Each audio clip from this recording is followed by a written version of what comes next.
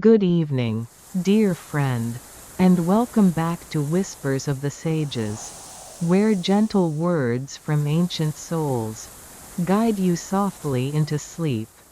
Just like every night, we return to this quiet space together, to listen, to slow down, and to drift gently into peaceful dreams.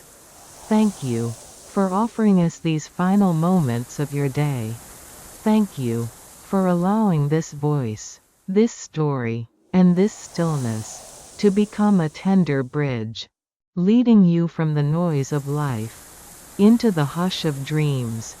Tonight, you'll hear a story unlike any other. A tale I'm honored to share with you. It's about a man named Han. Someone who spent his life chasing the wind, as if chasing happiness itself.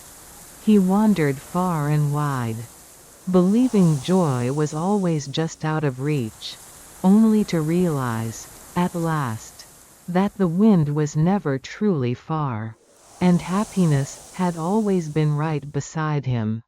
If you enjoy stories like this one, I warmly invite you to subscribe to Whispers of the Sages, a place where you can explore dreamlike journeys, soothing reflections, and gentle truths hidden in the quiet. But for now, let today quietly fall behind you. Settle into bed, pull the soft blanket over your shoulders, and find that perfect position where your body whispers, "It's time to rest now." Take a slow breath in, and an easy breath out. With each exhale, let your thoughts dissolve like morning mist. Breathe in stillness. Breathe out everything you no longer need. Once more now. Inhale calm, exhale like a drifting cloud. And now, let this voice be your guide as we begin tonight's story.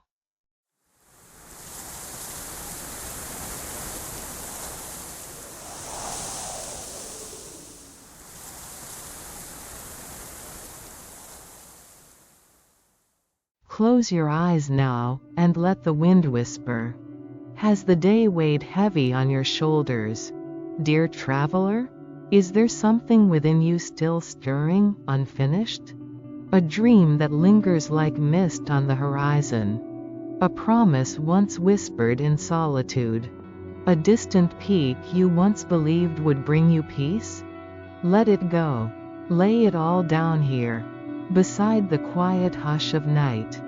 There is no need to hold on anymore. Tonight, I'll tell you a story.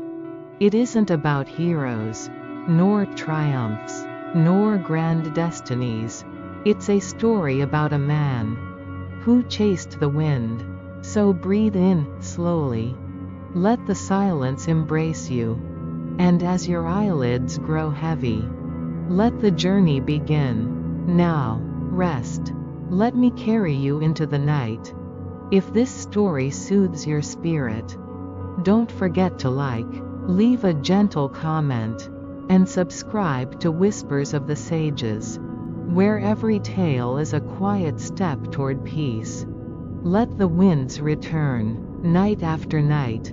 We'll be waiting. Han was born in a place forgotten by maps, a realm where black hills rolled like waves, and tall grass whispered the secrets of the earth, where rivers were so clear they reflected not just the sky, but the stars themselves.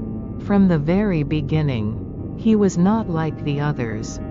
While the village boys hurled stones and chased the sun through golden fields, he would sit beneath the old trees, utterly still, listening, not for birds, not for laughter, but for something else. He listened to the wind. And one day, with eyes like questions and a heart too wide for his age, he asked his father, "Where does the wind go when it leaves the valley?" His father chuckled, not unkindly. "Don't waste your breath on questions that can't fill your belly. Men are meant to build, not to follow the wind." But the question didn't leave him. It settled in his chest like a song no one else could hear. It sang to him beneath the moon, curled itself into the quiet corners of his dreams. And as the other children grew up, grew heavy with duty, sturdy with certainty, he grew curious, still holding that question, like a small flame cupped in both hands, afraid the world would blow it out. And so, he ran, not across valleys or distant borders, but through the winding roads of life. First, he chased success, hoping maybe the wind lived there. Then money, thinking perhaps it traveled with gold. Then recognition, believing the applause might carry its echo. Then love, longing to find it in the breath of another. But at the end of it all, when the lights dimmed and the mirrors grew quiet, he found that he had lost sight of the boy beneath the tree. The one who once listened, the one who once asked. And somewhere along the way, he forgot the sound of the wind. He had arrived. By the age of 34, he had everything the world could offer. A house perched high, gazing down at the restless sea, where the sun set each night like a slow, golden goodbye. A name, spoken in boardrooms with reverence, bowed to in gatherings where power wore polished shoes. He sat at the table where the fates of nations were whispered into ink, decisions etched into time, his voice shaping the tides of tomorrow. Yes, he had made it, but at night, when the world fell silent, he could not sleep, not because of the noise of the city, but because of something far louder. The stillness within. There, in the quiet, a question stirred once more, like a breeze slipping through a locked window. Is this where the wind meant to take you? He did not answer. He couldn't, because in that pause came a memory, a forgotten summer, a younger self, barefoot and wild beneath a crooked old tree. The sky was wide, the air full of green and gold. The wind danced in the leaves above, like laughter he couldn't catch. And in that moment, he had wondered, is there a place in this world where I don't have to try so hard to be loved? What do we build when the scaffolding is made of longing? We chase titles, we stack accolades like shields. But beneath it all, so many of us are still that child, lying beneath the sky, aching for a love that does not need to be earned. Somewhere along the way, he had traded that tree for a tower, that sky for a ceiling, that wind for silence. Perhaps the question was never about where the wind would take him, but whether he'd ever stop running long enough to feel it again. And so I ask you, as you lie here tonight, eyes closed, breath steady, have you arrived somewhere that no longer feels like home? Are you chasing applause when your heart longs only for quiet? If this echoes within you, write your truth below, not for me, but for you.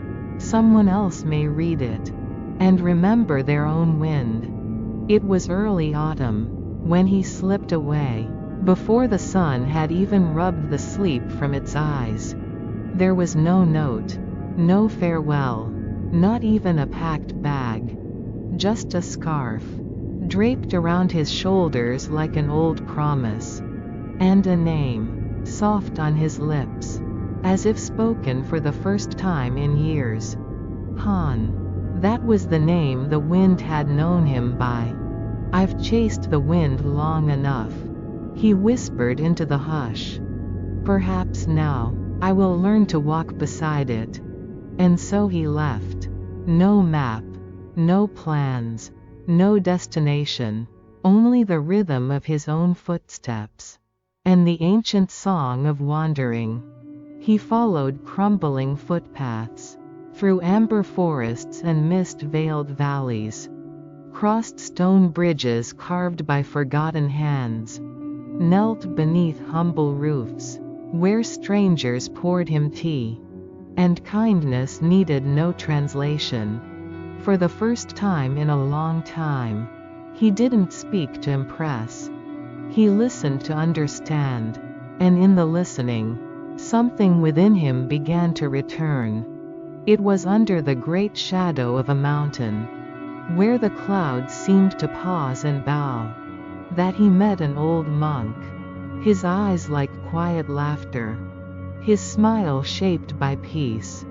Han, still half full of questions, asked him, "How do you know you're on the right path, when there is no sign to guide you?" The monk didn't answer right away. He simply sipped his tea, watched the leaves swirl in the breeze, and then said, "The wind never checks a map. Sometimes, the way forward is not about direction, but surrender. Not about knowing, but remembering what you've forgotten. That joy can be found in simplicity. That peace lives in the pause. And that home isn't always a place, but a way of being." That day, Han didn't gain a destination. He gained something more precious: trust. In the path, in the stillness, and in the wind that never left him. For 10 years, Han owned nothing. No title to defend, no ladder to climb, no pressure coiled around his chest like a clock wound too tight. He rose with the birds, not to conquer the day, but simply to greet it. He boiled water over flickering flames, watching the steam curl upward like prayers without words. He read poems aloud, to forests who listened better than crowds ever did. He shared silence with the sky. He wrote nothing down, posted nothing online, and strangely, he began to feel lighter.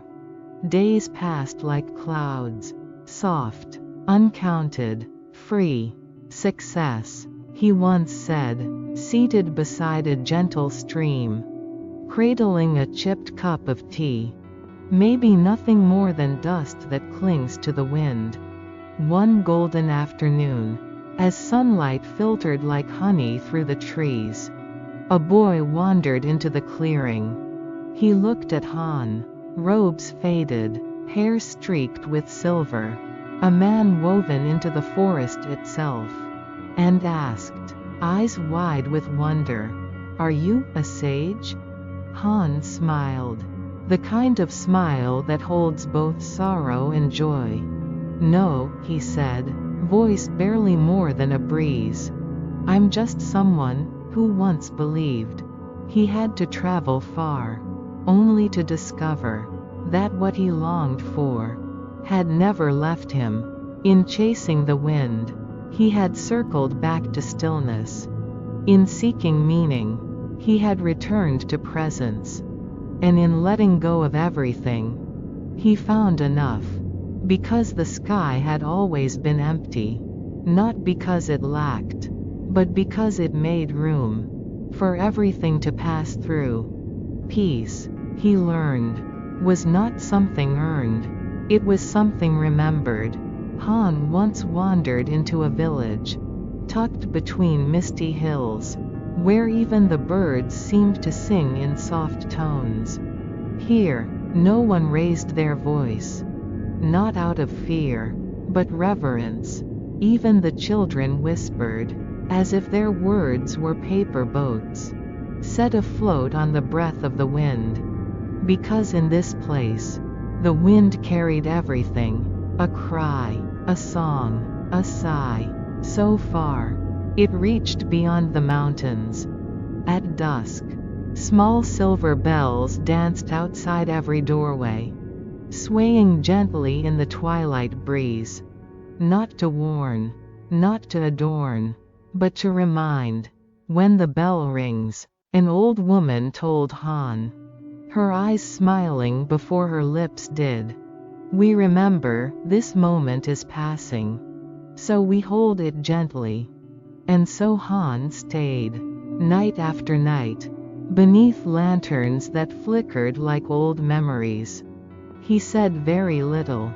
He walked the cobbled paths barefoot, ate quietly with strangers who felt like echoes, and listened to the bells, not just as sound, but as silence wrapped in silver. And in their chime, he felt something he had never chased, never owned, never named. Presence. Not the kind sold in books or found on mountaintops, but the kind that lives in tea shared without words, in laughter that doesn't need to be loud, in the hush between heartbeats. In that quiet village, he learned, you don't always need to speak to be understood. You don't always need to strive to arrive. Sometimes, the most sacred moments are the ones that slip through your fingers, like the last note of a bell. And that's the beauty of them. They pass, so we can remember them. If this story is touching something in your heart, maybe a memory, a quiet thought, or a forgotten feeling, let it ripple beyond you. You can leave a comment, even just a word or an emoji. You can share this story with someone who might need it tonight. Or simply like the video, so more gentle souls can find their way here. This small act might be the light someone else is waiting for. Thank you for being here. Now, shall we continue the tale? One quiet morning, Han followed the faint, gurgling thread of sound through a grove painted in early mist. There, nestled like a secret between hills, he found a river, so still, it looked less like water, and more like a ribbon of sky, laid tenderly across the earth. He didn't speak, he simply sat beside it, legs folded, eyes soft, his breath slow as the clouds drifting overhead. And the river said nothing, not with words, but it spoke. It spoke in ripples that curved gracefully around stones. It flowed not with effort, but with presence, not pushing, not resisting, just becoming. And Han, who had once been a man of plans, a man of maps and markers and milestones, felt something loosen inside him. He remembered all the times he had tried to force his way forward, to name every feeling, control every moment, own every outcome. And here was a river, doing none of that, moving without struggle, changing without fear. Let what is soft guide what is hard, Han whispered to no one but the breeze. Let surrender become the shape of wisdom. In that reflection, he saw his life not as a ladder, but as a current, and he realized, the more he let go, the more the world held him. The river didn't need to arrive. It was already everywhere it flowed. Just like peace, just like love, just like truth. And so, he let the silence answer every question. He let the water teach without speaking. Because some truths don't need to be taught, only remembered. Han came upon a man, scattering seeds into the sand, not into fields, not into furrows, but into wind-blown dunes, where nothing held, and nothing bloomed.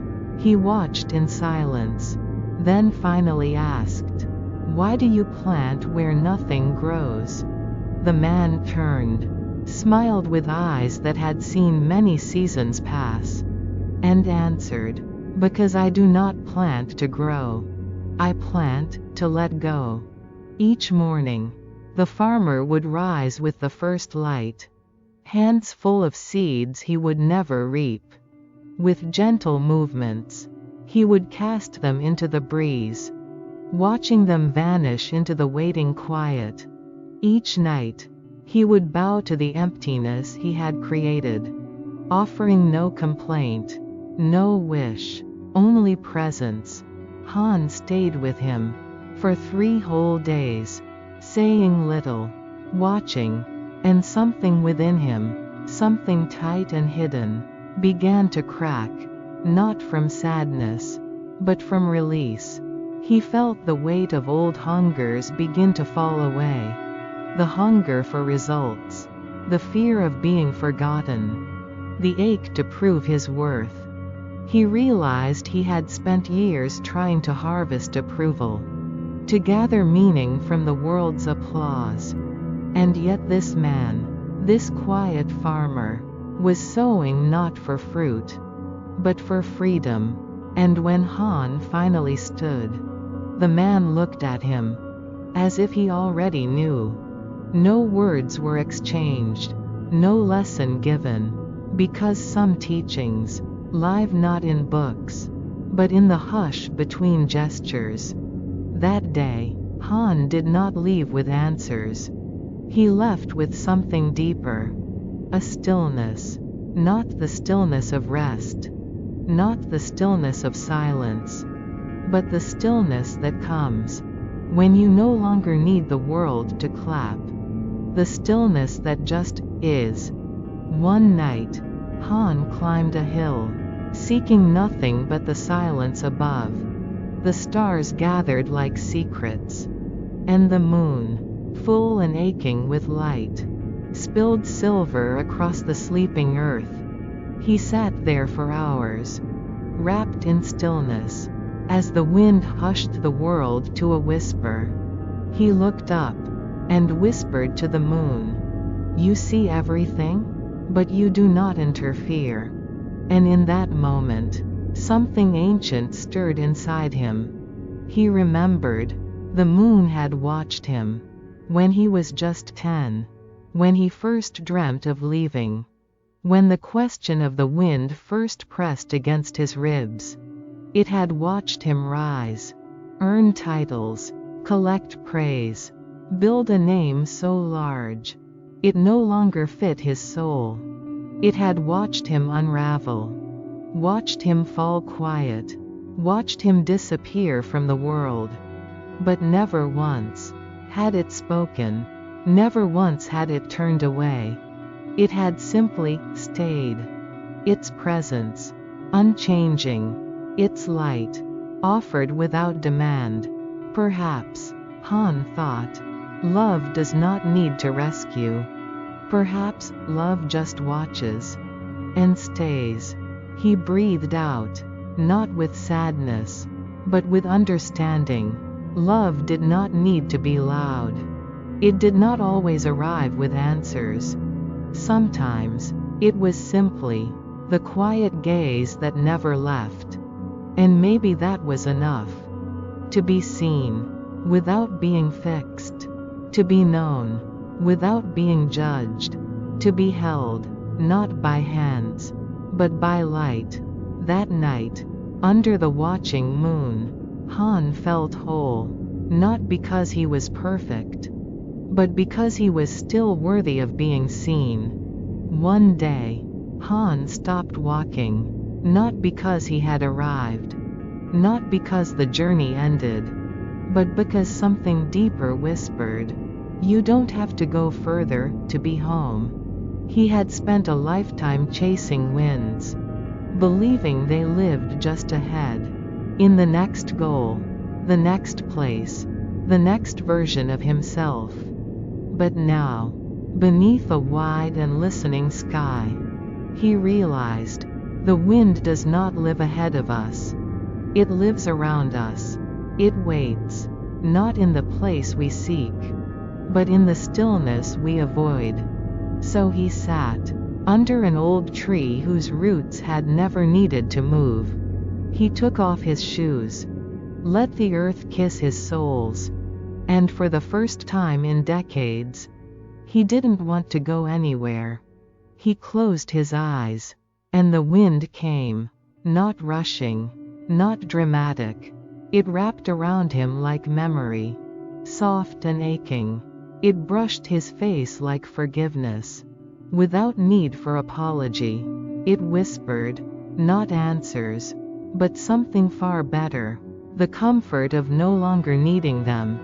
And Han wept, not from sadness, not from regret, but from the deep, holy relief of not chasing anymore. In that moment, there were no maps, no teachings, no stories, just breath, just presence, just peace. He had not found the wind. He had remembered how to be still enough to feel it. Years passed. The world changed. But Han no longer needed to. He no longer introduced himself with titles, no longer carried the weight of who he had been.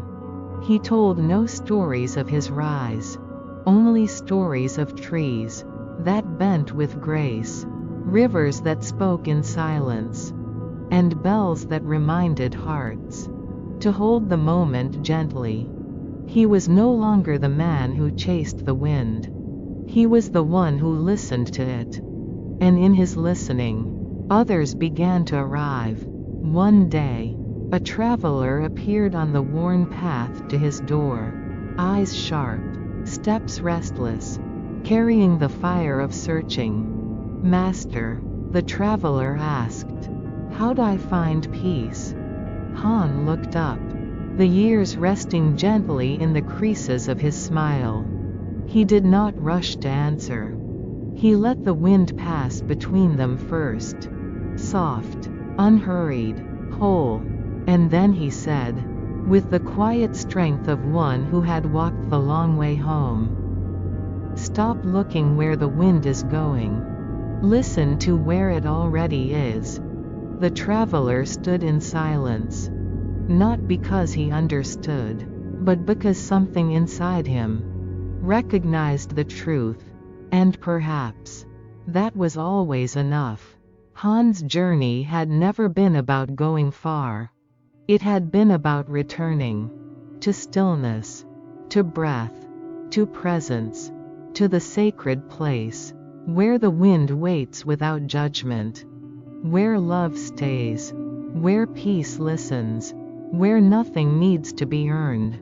One crisp morning, Han sat beneath a tree, just as a leaf loosened from its branch. He watched it fall, not with urgency, not with resistance, but with quiet rhythm, as if the breeze had become its dance partner. It spiraled slowly through the air, light as breath, until it touched the earth, like a whisper landing on silence.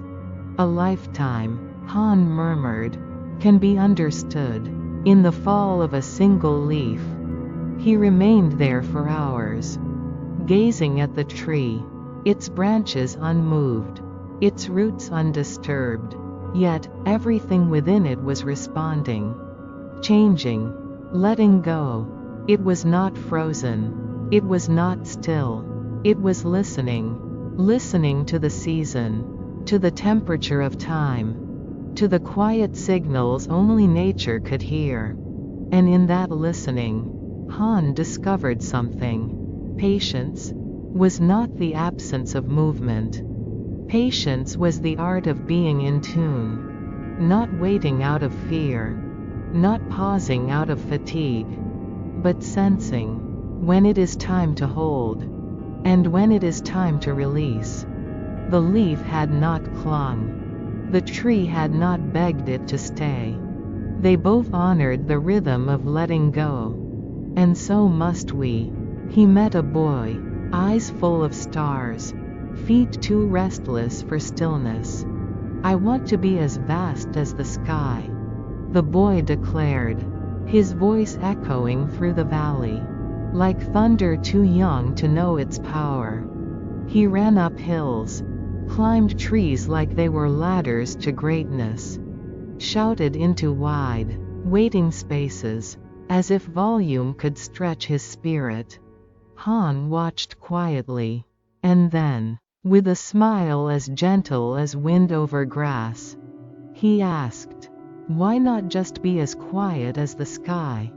The boy stopped, his breath heavy, his mind full, but his voice, for the first time, fell silent.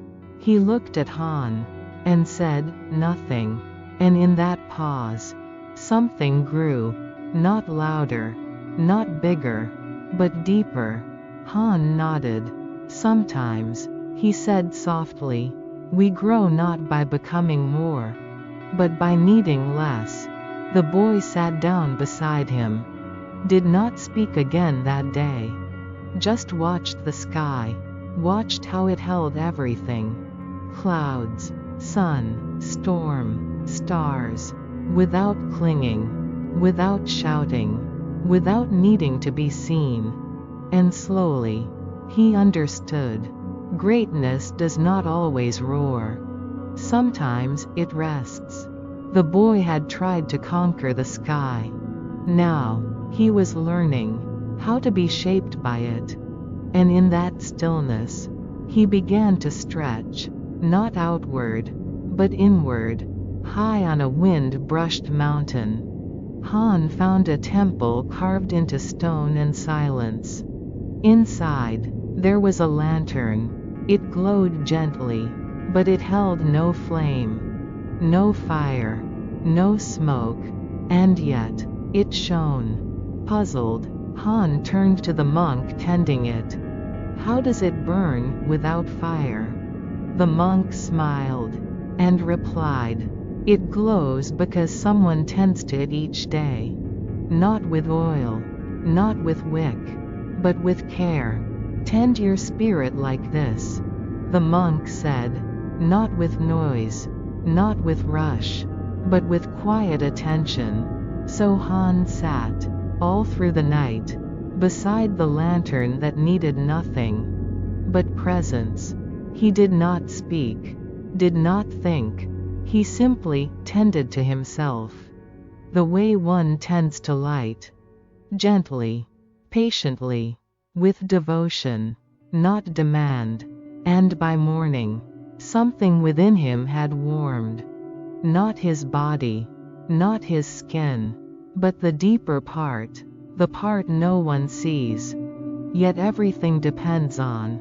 For the first time, he felt warmth, from something that could not be touched.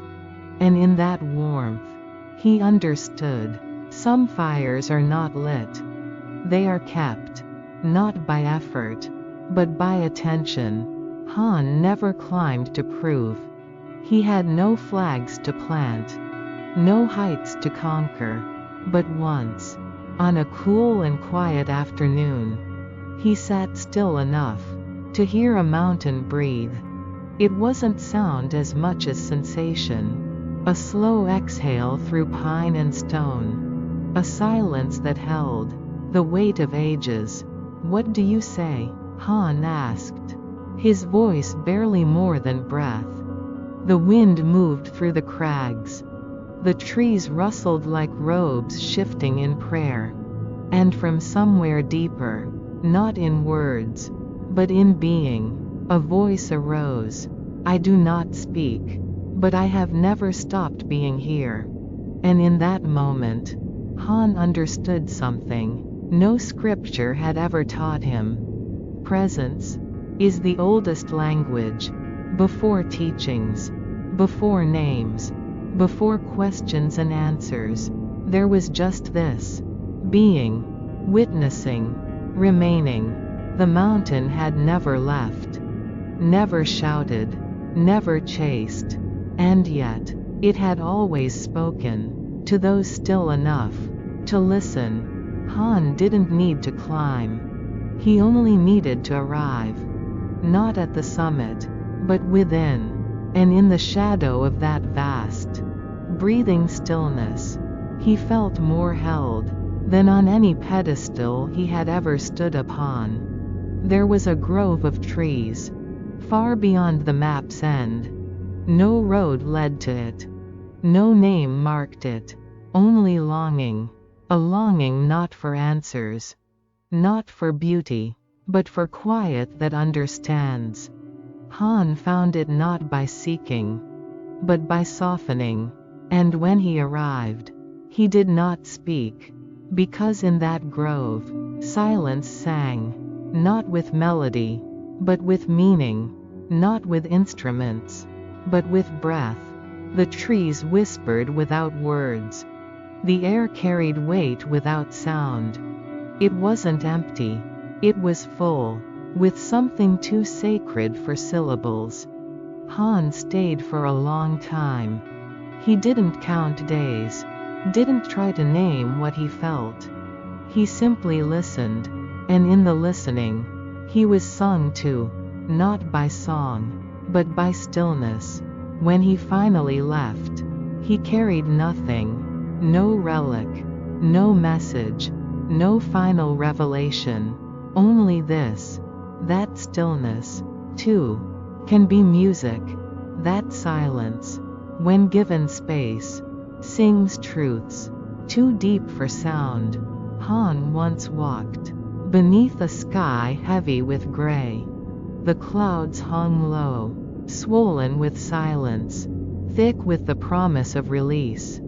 He waited, expecting thunder, expecting the downpour that often follows tension. But no rain came, not that day, not that hour, not even a drop. He stood beneath that burdened sky, his breath matching its weight. And slowly, he understood. Not every cloud must break. Some clouds are not meant to pour. Some are only meant to pass, like emotions, like memories, like the quiet ache we carry, without knowing why, like fears that feel endless, but never fall. Let the heaviness drift, Han whispered, gazing upward, not with longing, but with peace. You do not have to be drenched, to be changed. And with that, he kept walking. No storm, no flood, just the quiet gift of lightness returning, without ever needing to break. Because sometimes, what we expect to arrive is only meant to teach us how to let it go. And sometimes, what doesn't happen heals us just as deeply as what does. At a small roadside inn, Han was welcomed with warm hands and a steaming cup of tea. But as he reached for it, he saw that the cup was already full, brimmed to the edge. Not a drop more could be poured. He laughed softly. You must empty it first, he said. The innkeeper, an old man with eyes like folded stories, smiled and replied, Ah, but some guests arrive already overflowing. Han paused, and slowly nodded. He understood. Some arrive with minds too loud for listening, hearts too crowded for receiving, stories too thick to let in a new one. And so, he did not drink. He left the tea untouched, not out of offense, but out of respect, because sometimes, offering nothing is the most honest gift. Wisdom doesn't always come rushing in. Sometimes, it waits for space, for stillness, for the cup to empty itself, not by force, but by choice. That day, Han did not sip tea, but he tasted a deeper understanding. Sometimes, an empty cup is the truest form of hospitality. One night, the wind rose fierce, tearing through the hills like a cry too long held back. Branches splintered, roofs groaned, even the stars seemed to brace themselves. Han sat beneath a tree, not tall, not mighty, just old enough to know how to survive. And as the storm howled around them, the tree bent low, almost to the ground.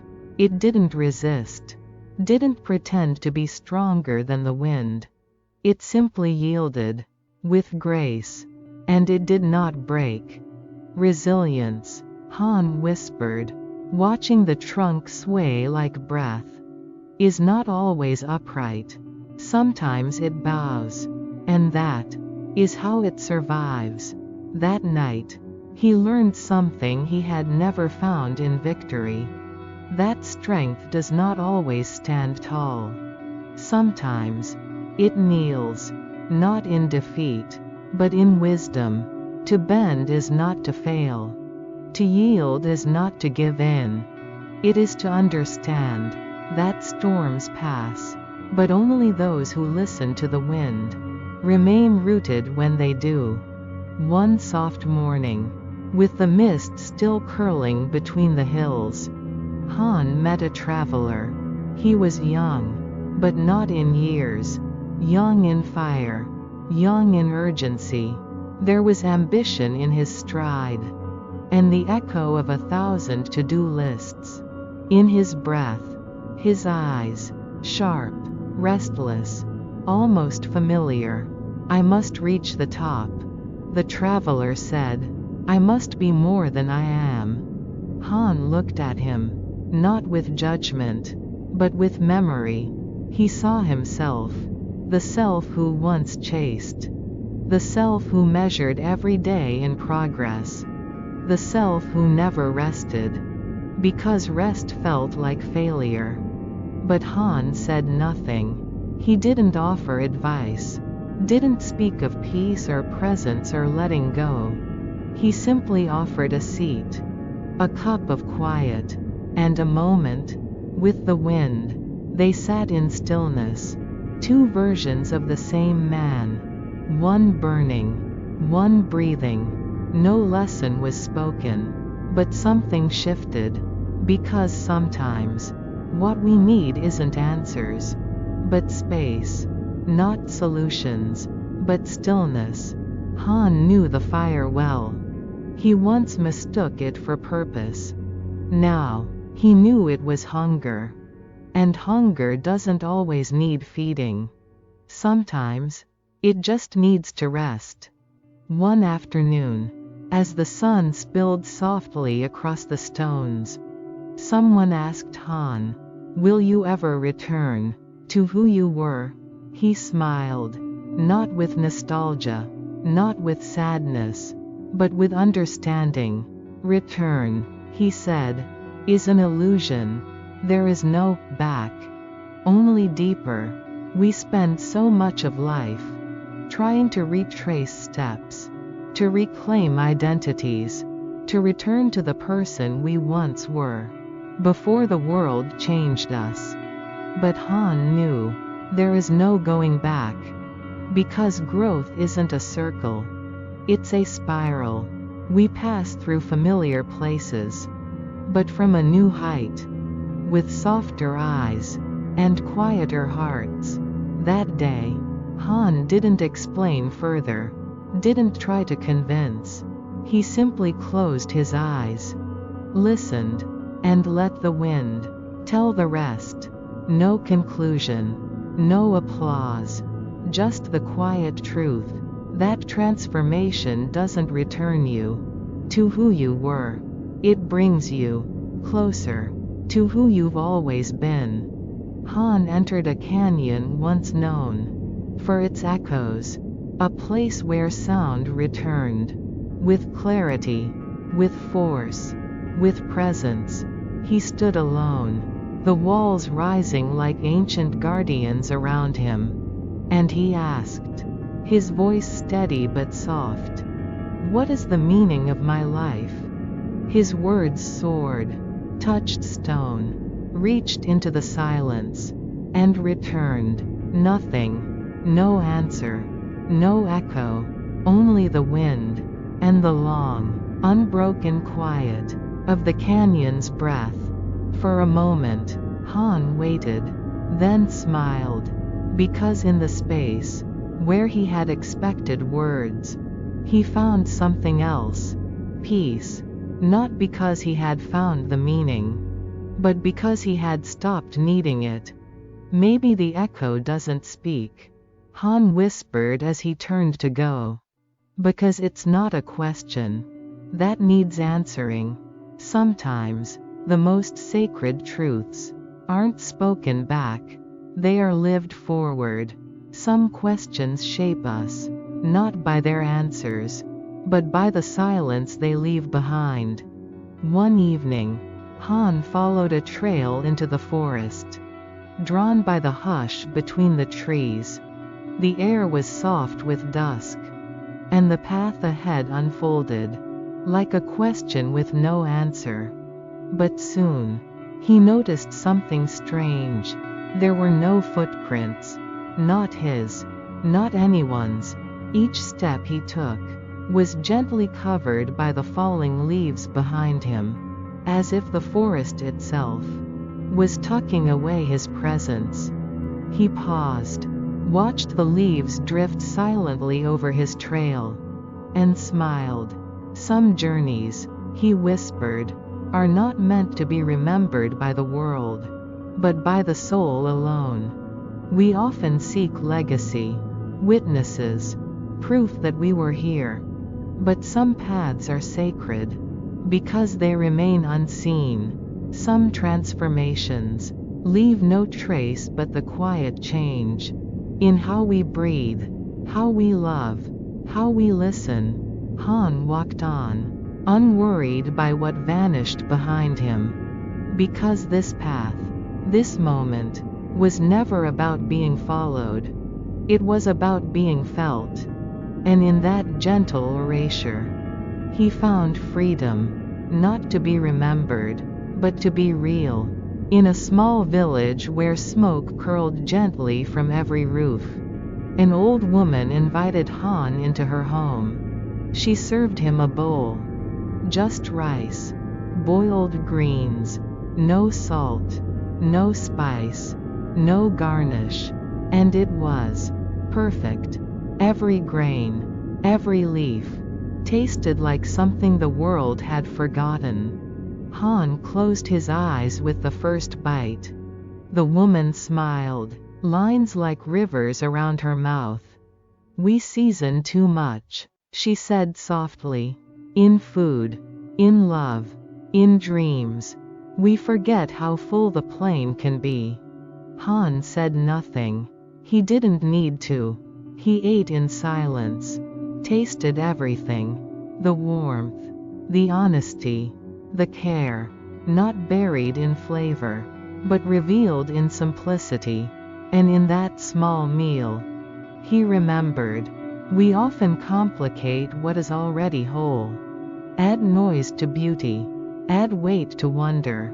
But sometimes, what nourishes most is the thing untouched. Han lay in a field of tall grass, arms open to the sky, the earth soft beneath him, the moment even softer. Above him, clouds wandered without urgency. A hawk circled, unhurried, unworried. The light shifted slowly across his skin, like time brushing past, without asking for permission. And then, he understood. The sky has always waited. He whispered to no one. For me to stop rushing. For me to simply be. And so, he was.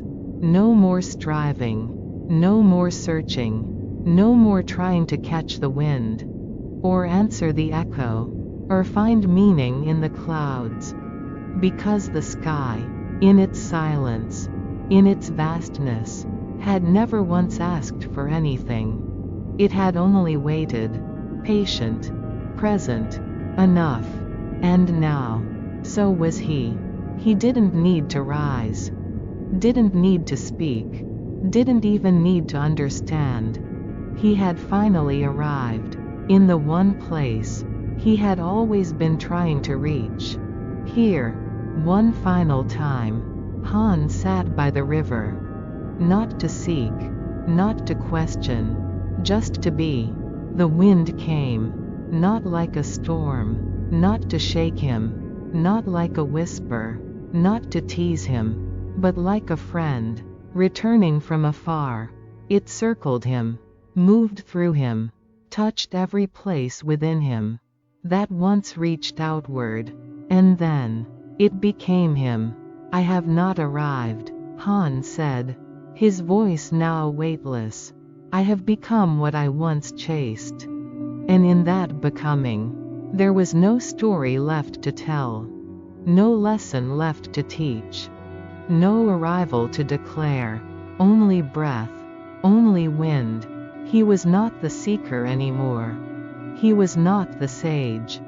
He was not the boy beneath the tree, nor the man who ran. He was simply the wind, uncontained, unclinging, free. So tonight, as this journey comes to a close, may you remember, you do not need to arrive. You do not need to prove.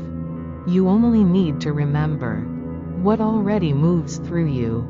If this story became a breath you didn't know you were holding, release it in the comments. Send it to someone ready to stop chasing. And carry this always.